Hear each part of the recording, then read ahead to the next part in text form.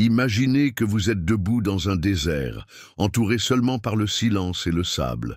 Au-dessus de vous, un ciel infini et étoilé. Tout à coup, une lumière différente brille. Ce n'est pas juste une étoile ordinaire, elle semble être un appel. Une question surgit dans votre esprit, et si cette lumière pouvait me mener au but que j'ai toujours cherché? C'est la sensation que beaucoup d'entre nous éprouvent à un moment de la vie, la quête de quelque chose, de plus grand, quelque chose qui donne un sens au chaos et à l'incertitude. Mais cette quête a-t-elle une fin? Y a-t-il vraiment une lumière capable de guider nos pas?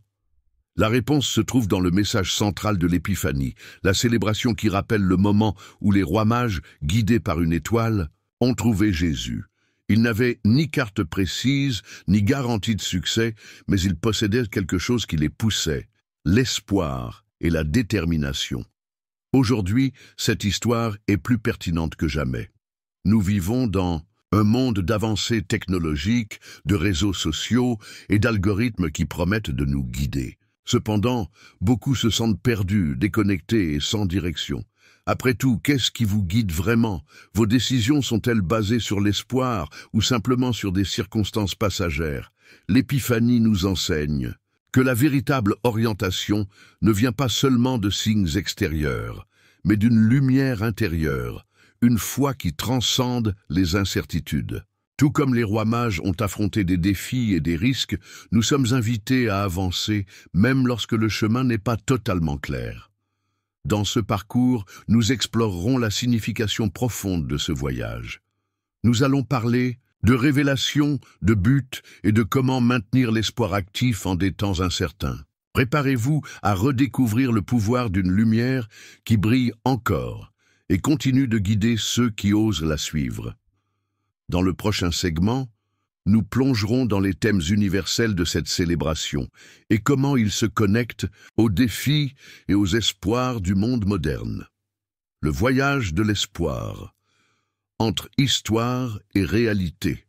Lorsque nous pensons au voyage des rois mages, il est facile de les imaginer comme des figures majestueuses suivant une étoile, portant des cadeaux symboliques. Mais qui étaient-ils vraiment ? Et que peut nous enseigner cette histoire aujourd'hui? Les mages, également appelés sages ou rois, sont décrits dans l'évangile de Matthieu, 2:1-12.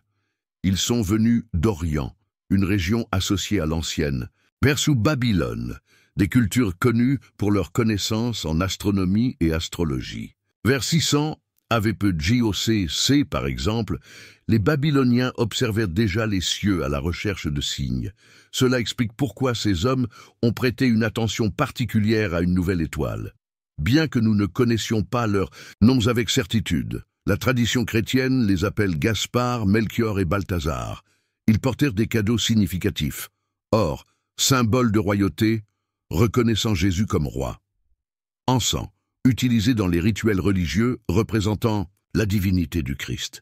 Myrrhe, une résine utilisée pour l'embaumement, anticipant le sacrifice de Jésus. Mais ce qui rend cette histoire si puissante, c'est le risque que ces hommes ont pris. Ils ont quitté leur terre, traversé des déserts dangereux et affronté l'incertitude. Pourquoi? Parce qu'ils croyaient que cette étoile indiquait quelque chose de plus grand qu'eux-mêmes, une promesse de renouveau et de salut. Maintenant, imaginez comment cette histoire résonne dans nos temps.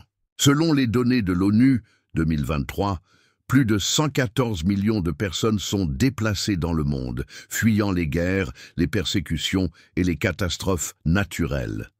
Elles, comme les mages, cherchent un endroit sûr, un nouveau départ. De plus, une étude de l'APA, American Psychological Association 2022, a révélé que 77% des personnes rapportent ressentir des niveaux significatifs de stress concernant l'avenir. Nous sommes, tout comme les mages, en train de scruter l'horizon à la recherche de réponses. Mais et si, comme eux, nous décidions d'avancer même sans garantie? Et si, au lieu d'être dominés par la peur, nous permettions à l'espoir de guider nos pas? C'est l'essence de ce que l'Épiphanie symbolise, non pas l'absence de défis, mais le courage de les affronter avec foi. Si les rois mages ont suivi une étoile dans le ciel, aujourd'hui nous suivons d'autres étoiles, des idées, des leaders inspirants et même des algorithmes qui influencent nos décisions. Cependant, contrairement aux mages qui ont fait confiance à leur foi, nous sommes souvent guidés par l'impatience et le désir de résultats rapides. En 2024, des recherches du Pew Research Center ont indiqué que 64% des adultes estiment que la technologie a rendu leur vie plus connectée, mais paradoxalement, 53% se sentent également plus isolés émotionnellement. Cela renforce la nécessité de rechercher des connexions plus profondes et significatives, tout comme les mages ont cherché quelque chose au-delà du tangible. L'histoire des mages n'est pas seulement un récit ancien, c'est une invitation à réfléchir sur ce que nous cherchons et ce que nous sommes prêts à sacrifier pour le trouver. Il nous rappelle que le véritable espoir n'est pas naïf, mais courageux, c'est une décision quotidienne d'avancer, même lorsque le chemin est incertain. Ensuite, nous explorerons comment cette espérance peut être cultivée dans la pratique et comment nous pouvons devenir des guides, des étoiles modernes dans la vie de ceux qui nous entourent. Cultiver l'espoir et transformer les défis en chemin. Lorsque nous pensons au voyage des rois mages, nous réalisons qu'ils n'ont pas seulement suivi une étoile, ils ont suivi une conviction. Ils ont quitté leur zone de confort parce qu'ils croyaient qu'il y avait quelque chose de plus grand qui les attendait. Mais comment pouvons-nous apporter cette mentalité à nos propres défis? Souvent, nous confondons espoir et optimisme. Alors que l'optimisme est une attente que tout ira bien, l'espoir va au-delà, c'est la décision consciente d'agir même lorsque le résultat n'est pas garanti. Elle se base sur la confiance, pas sur la certitude. Le psychologue Charles R. Snyder, dans sa théorie de l'espoir, 1991, a défini l'espoir comme un état qui combine motivation et planification. Pour lui, il ne suffit pas de désirer que quelque chose se produise. Il est nécessaire d'avoir des objectifs clairs et des stratégies pour les atteindre. En d'autres termes, l'espoir n'est pas de la passivité, c'est un travail actif et continu. La Bible renforce cette idée dans Romains 5, 3, 5, où Paul écrit « La tribulation produit la persévérance, un caractère approuvé, et le caractère approuvé, l'espérance. » Cela nous rappelle que l'espoir naît souvent dans la souffrance et grandit lorsque nous choisissons de persévérer. Alors, comment pouvons-nous nourrir cet espoir actif dans nos vies? Voici quelques pratiques efficaces. Tout comme les mages ont suivi une étoile, nous devons identifier nos objectifs et définir le chemin pour y parvenir. Avoir un but clair aide à maintenir le focus dans les moments difficiles. Embrasser les petits progrès.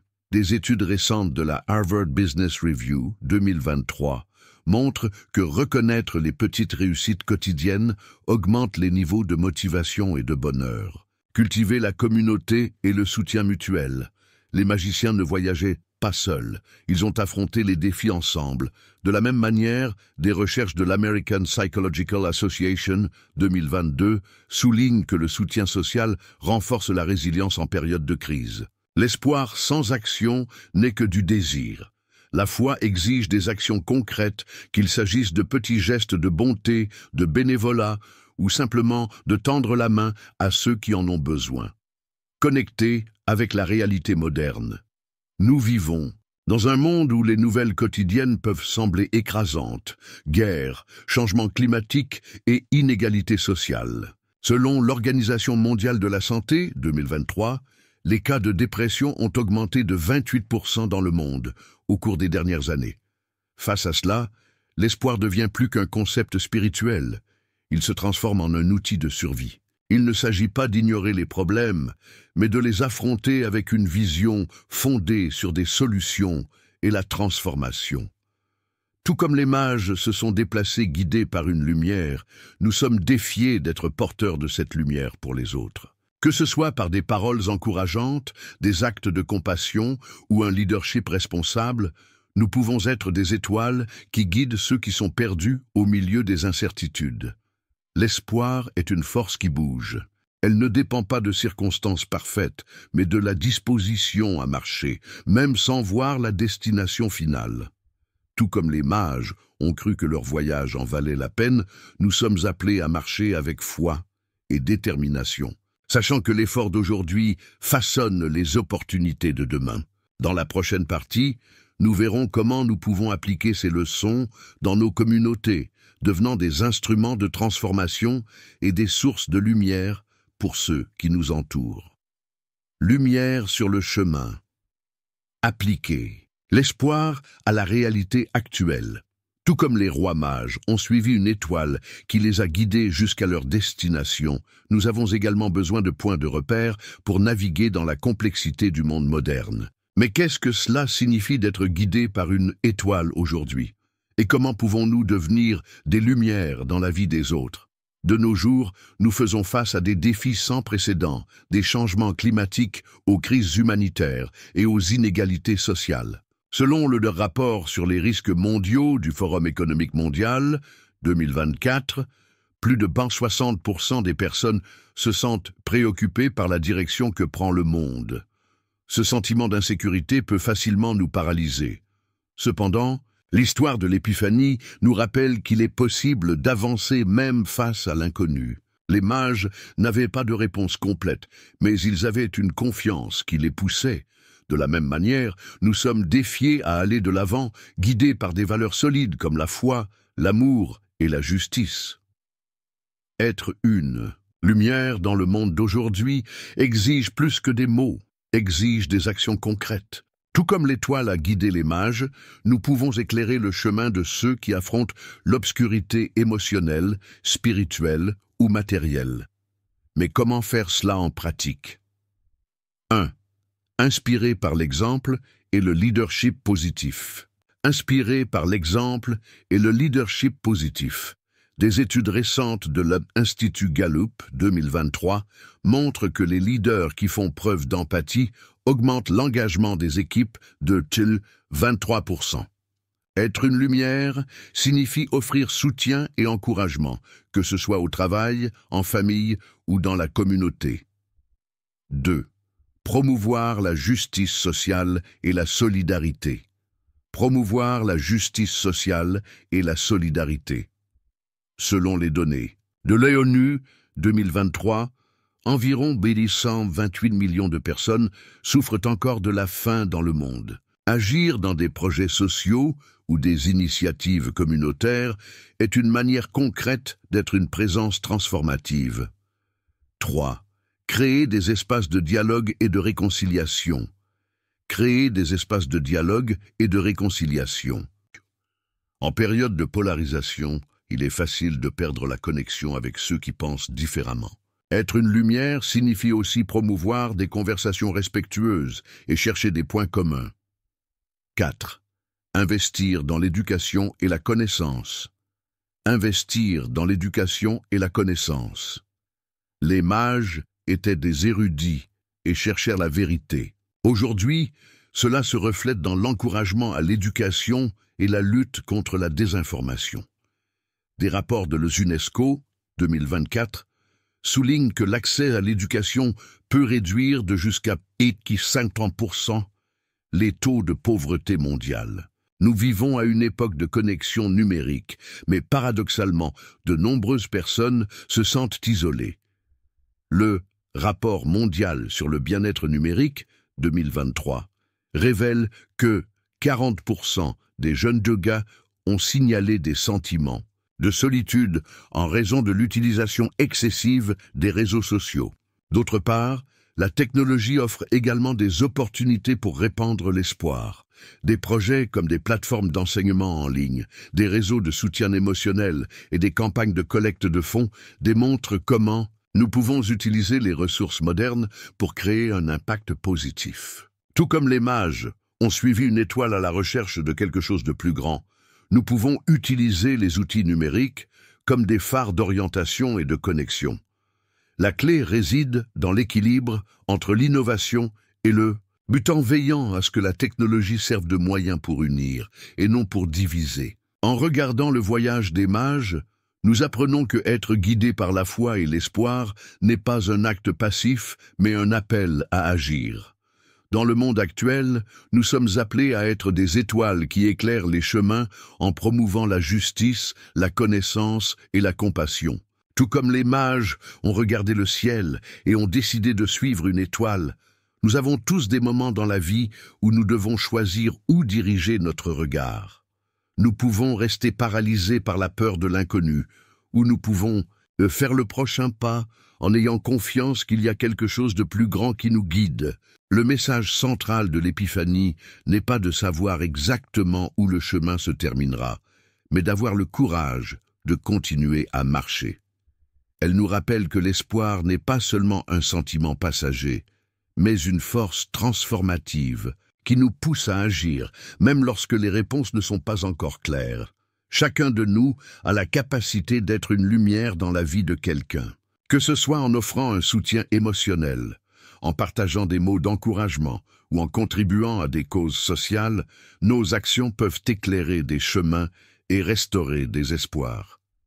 Aujourd'hui, plus que jamais, le monde a besoin de personnes prêtes à briller au milieu de l'obscurité. Cela peut être une conversation sincère, un geste de gentillesse ou un engagement à servir la communauté. Chaque attitude compte, tout comme les mages ont suivi leur chemin jusqu'à trouver quelque chose d'extraordinaire. Nous sommes invités à continuer de chercher un but et un sens. Après tout, la lumière qui a guidé ces sages brille encore, maintenant à travers nous. Alors, je vous laisse une question à réfléchir. Quelle est la lumière que vous suivez? Et comment pouvez-vous être cette lumière pour les autres? Si ce message a touché votre cœur ou a apporté de nouvelles perspectives, je vous invite à laisser un commentaire ci-dessous en partageant votre opinion ou votre expérience. Votre voix peut également être une lumière pour d'autres spectateurs qui suivent ce parcours. Si vous avez aimé ce contenu et souhaitez continuer à explorer des thèmes tels que la foi, le but et l'espoir, n'oubliez pas de vous abonner à la chaîne et d'activer la cloche pour recevoir des notifications des nouvelles vidéos. Merci beaucoup de m'avoir accompagné jusqu'ici. Que la lumière de l'espoir guide tes pas et que tu sois aussi un phare pour ceux qui cherchent encore le chemin. À la prochaine vidéo.